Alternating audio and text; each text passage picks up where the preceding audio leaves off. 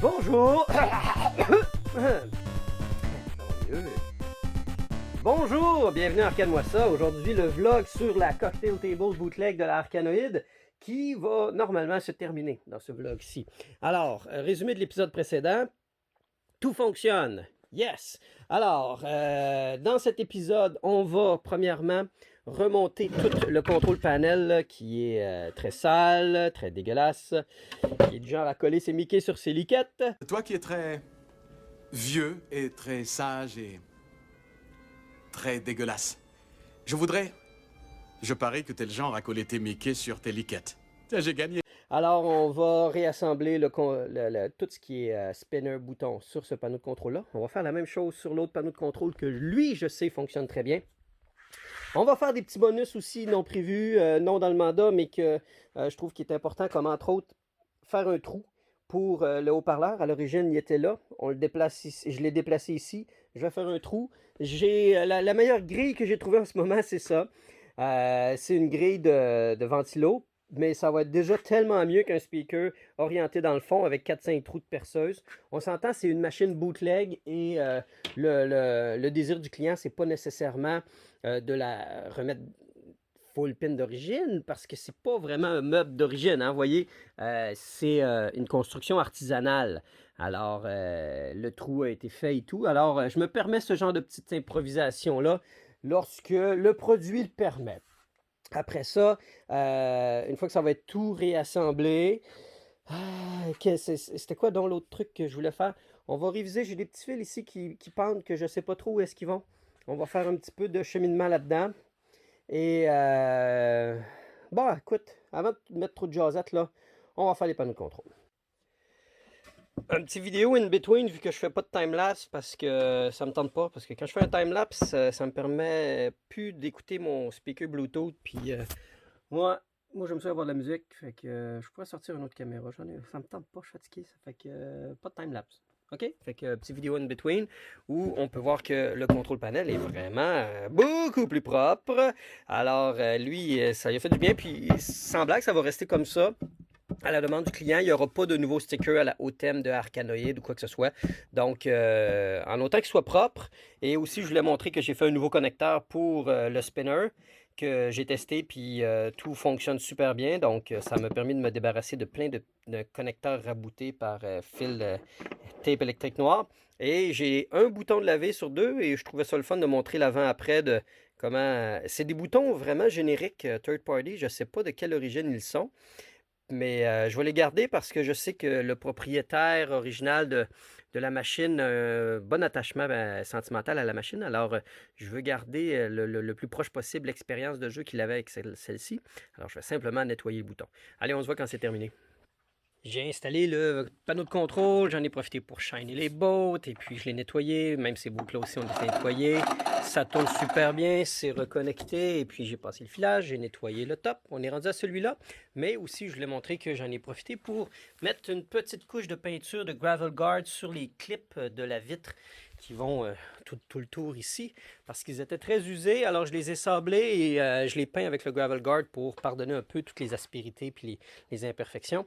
Donc maintenant que ça c'est fait, allons-y avec ce panneau. Alors le deuxième panneau est tout aussi sale que l'autre et ça va y faire beaucoup de bien d'être vraiment nettoyé, mais je voulais apporter l'attention sur l'intérieur du panneau de contrôle qui, franchement, cette borne-là a été faite avec les moyens du bord, hein, parce que c'est la première fois que je vois dans une même arcade les deux styles de boutons dans la même machine. Donc, les boutons micro-switch dans le fond et les leaf switch ici pour la sélection des joueurs. Et ici, on a exactement le même système de spinner que je viens d'installer dans celui-là. Alors, c'était pas le même parce que l'autre, dans le deuxième joueur, je rappelle que c'était un kit de plastique extrêmement cheap. Alors, au moins, les deux vont avoir les mêmes spinners en métal solide. C'est pas des Atari, mais c'est quand même de la belle qualité. Et ça fonctionne tout au complet.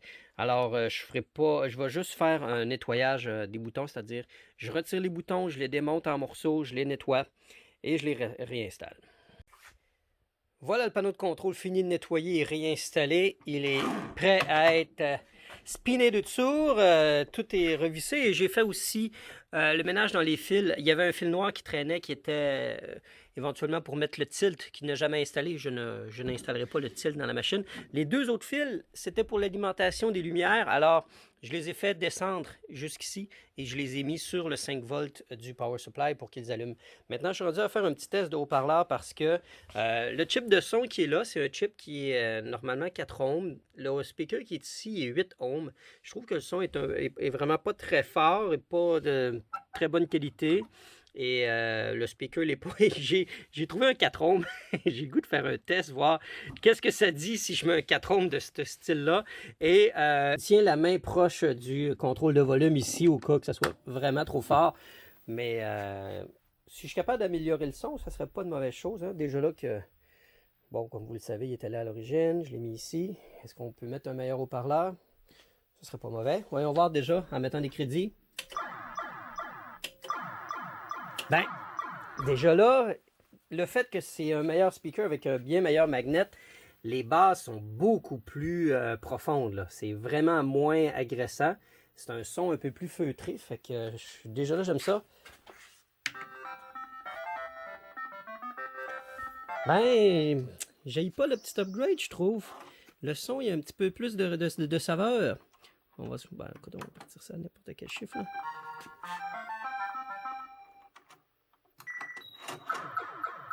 Ouais, je pense que je vais laisser le gros speaker. J'ai installé le nouveau haut-parleur avec la grille. J'y ai fait un trou, évidemment. J'ai installé le PCB. J'ai tout fait du ménage dans les fils pour que ça soit bien nice and tidy. J'ai rajouté aussi un ground strap pour le châssis de l'écran de la meilleure manière possible. Alors, c'est carrément, j'avais ça dans les pièces. On a l'interrupteur à même la porte, alors qu'avant, il n'y en avait, tout simplement pas. Et puis, est-ce qu'on a des lumières qui allument ici? Non. Ils sont peut-être brûlées. Hein? On va regarder ça. Mais avant tout, écoute, on va rajouter des crédits. Bon. Il fallait que j'installe l'écran pour que j'aille un problème de signe qui apparaisse. Bon, ça ne me stresse pas plus qu'il faut. C'est juste qu'il faut que j'aille rejouer dans toutes les settings. Bon, ça y est, j'ai trouvé le problème assez rapidement. C'est quand j'ai rebranché l'écran pour l'installer dans la cocktail table, j'étais piné d'une coche vers la droite pour ce qui était du sync. Alors, c'est pour ça que je n'avais aucune synchronisation. Et maintenant, tout est beau, ainsi que j'en ai profité pour mettre des petites lumières dans la corn door. Et enfin! Ah oui, il y a vraiment une belle profondeur dans le game, là. J'aime bien mon petit upgrade de speaker. Puis déjà là, qui ne sortent pas par le fond du cabinet. On va essayer de faire un... Ok, on va se mettre à level 1.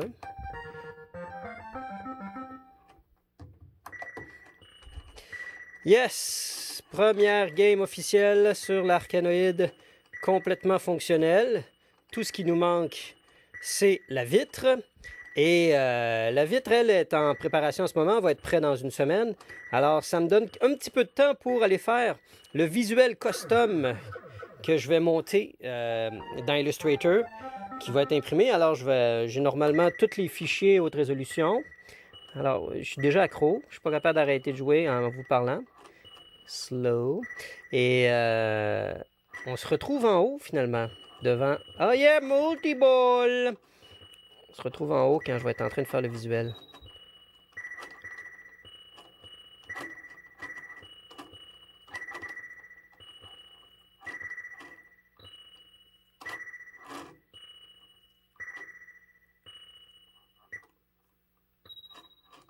Ça fait quoi ça? Ah, ok, ça colle.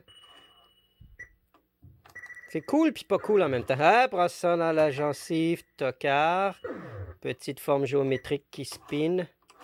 Multiball. Je pense pas qu'il y a meilleur game qui a su complètement renouveler le concept de punk Arcanoid. Me voici donc devant mon ordinateur dans Illustrator, devant le design final que sera l'impression sur la vitre de la cocktail table d'Arcanoid. Alors j'avais vraiment en main tout le visuel en vecteur. Donc oui, le logo, après ça les instructions spécialement pour les cocktails. Ça c'est la version instruction pour la upright. Ça c'est le marquee de Arcanoid 2, Revenge of Two! Mais ce n'est pas le cas ici. Alors, Si, j'ai fait une coupe de recherche, puis Arcanoïde Cocktail, ça semblait être pas mal tout le temps des kits. Et puis, celle qui se rapprochait le plus, il y avait ça qu'on voyait qui avait été imprimé sur papier ici. Euh, C'était correct. Ça, c'est vraiment un kit très custom. C'est beau, c'est bien fait. Je trouve ça juste un petit peu trop, peut-être cartoony, un peu trop kid. Alors, j'ai envie d'avoir un vibe très Bally Midway, même si c'est une game Romstar. Donc, ça, c'est ce qui se rapprochait le plus. J'aimais beaucoup le fond noir. J'aime que le logo Arcanoid est fait très tronc aussi. Alors, il y avait cette version-là, puis elle, où ce que le logo Arcanoid prenait vraiment toute la largeur ici. C'est pas parce qu'il y a de la place qu'il faut toute la prendre, hein? Alors, j'y suis allé de ma petite signature.